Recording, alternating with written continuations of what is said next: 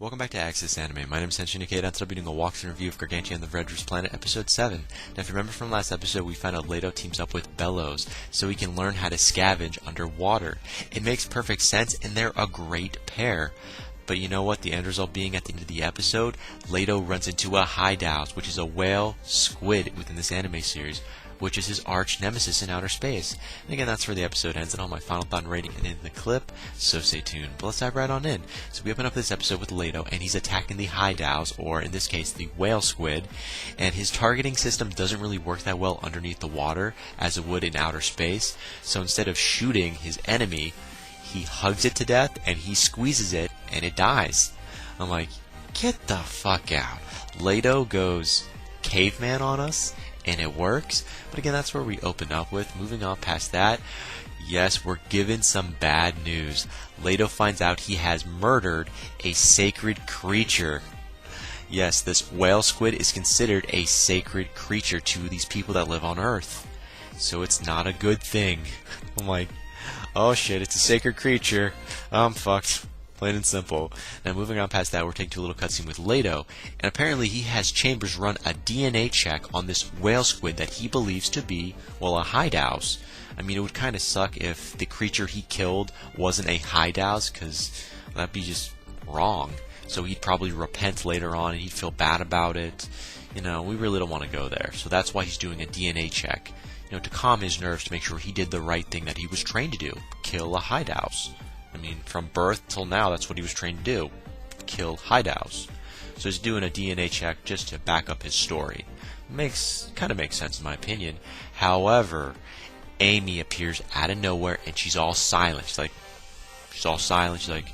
Leto, what did you do? You killed a sacred creature, you bastard.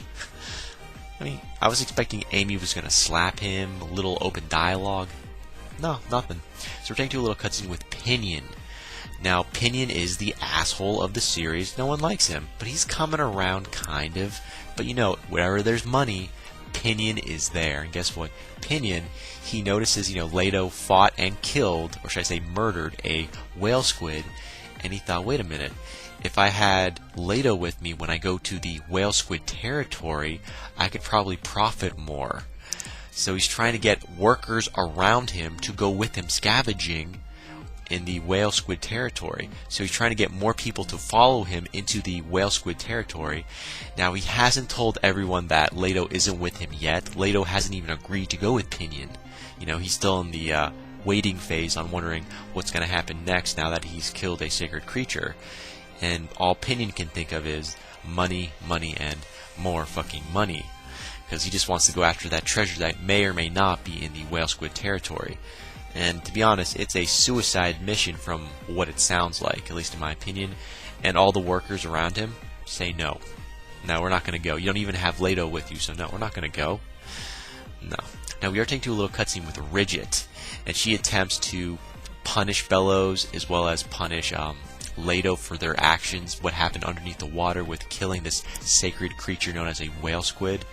I'm like, okay, shame on you. You killed a sacred creature. You can't bring it back to life, so Ridget, I really did not know where you were going with this, trying to punish. I mean, Leto is the one to be held responsible, and Bellows is also responsible for taking, Leto with her underneath the water. So it kind of makes sense, but no one fucking cares, to be honest. But it's clear that Leto will keep on doing what he's doing. Leto has not learned from this. He was born to be a killer, in the sense that he's going to kill his enemy. From the Galactic Alliance point of view, he's doing the right thing. So as far as Leto's concerned, he's an officer in the army. He's doing what he's supposed to do. It's the right thing. If he was in the Galactic Alliance right now, back at his home colony or whatnot, they'd be patting him on the back, probably giving him more credit. But instead on Earth, he's being yelled at by Ridget, who, well, to be honest, is a bitch. So, Ridget, plain and simple, suck it. Because you know what? Leto doesn't agree with you, and he's going to keep on killing. More power to you, Leto. You're my hero. Now, moving on past that, we do find out Leto. He tells Amy Leto tells both Amy and her brother that he wants to know more about the hideouts, or in this case, the whale squid, where they're at, their numbers. He keeps asking the same questions, trying to find out more about the whale squid. Because you know what? If the Hideows have a colony on Earth, he feels that maybe it might have been his fault that they might have followed him from outer space, or they might have already been on Earth, and he's just trying to find out more about where they're at, so we can actually exterminate them. I mean, it makes sense, kind of. But I'm interested to see where this is going to take us. Now, a little bit of an update. Now, these whale squids, their DNA that Chambers took on them, yeah, it's a match. They are Hideows. They're a different version of Hideows because they have adapted to the Earth's atmosphere, so they're a little different since they live underneath the sea now. I don't know if they're still capable of going into outer space or not, but they're still strong, and they're now called whale squids, obviously. So at least it's confirmed that these whale squids are Hideows, and they've adapted to the Earth's atmosphere. That much has been confirmed. Nice to know. Moving on. Now we are taking to a little cutscene with the Hideows, and they're approaching the fleet. At first I thought it might have been in retaliation for the Hideows that was already killed by Leto. That doesn't look like it. No. It doesn't really look like it. It might have just them migrating, we really don't know. But anyways, the Hideows, or in this case the whale squid, are approaching the fleet out of nowhere, and the commanding officer of this vessel, of the fleet, he basically orders everyone on every ship to shut off your lights, shut off your power, shut off your sound. Really? It's like you're in a submarine underneath water and you don't want to be pinged by another sub or a vessel, so you're going to shut off everything and hope to God no one hears anything or, picks you up on radar. It sounds kind of like a good idea, like the Hideows are just going to go right past you, but all it takes is one noise, one bright light or something like that, and it's done. And I thought for sure someone was going to drop a wrench or something. No.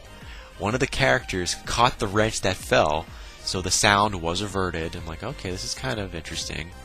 Now, moving on past that, after the Hideows leave the area and they don't attack the fleet, the fleet is now safe. Fucking Ridget. This is the one part of the episode that I hated the most. Ridget. She pulls a gun on Leto. She has her two bodyguards with her. The nerve. That's all I can say. The nerve of what Ridget did to Leto. She basically said, no more. You're already on a short dog leash as it is.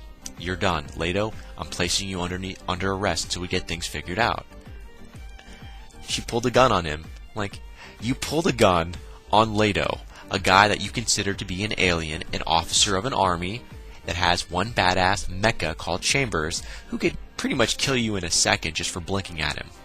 It's already been shown in previous episodes when he took out all those fucking pirates. And you pull a gun on him. If that was me, I would have fucking killed you. Yep. Wouldn't even hold back. Woman or not, you're dead. Dead, sex slave, you name it. I'll come up with some messed up way to torture you, but you're done. You're done. Ridget, you're now on my shit list. You're creative, but you're from the weaker of the human race right now. You're kind of the caveman of Earth right now, and you're holding a gun on the future of mankind.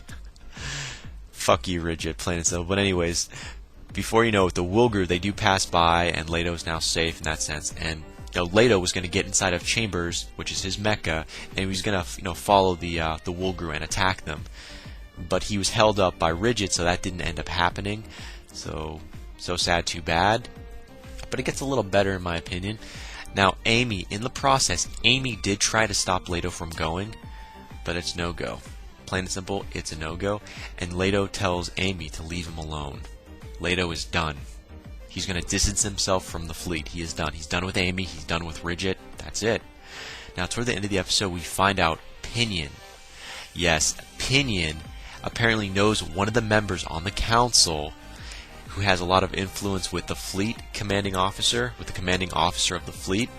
And anyways, Pinion talks to one of the owners, one of these major players who owns like a shitload of ships, and convinces this major player, he convinces this player who owns so many ships to go with him and Leto to go scavenging in the whale squid territory, which is a no-no, big no-no.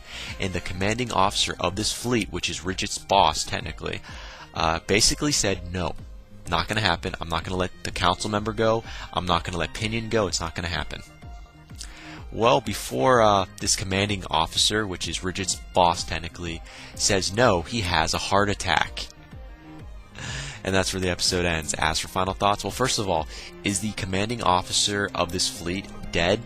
We really don't know, or was it just a mild heart attack? All we know is he did say no, but whether or not the this major player, which this guy that owns so many ships, is gonna listen to him or not, that's another story.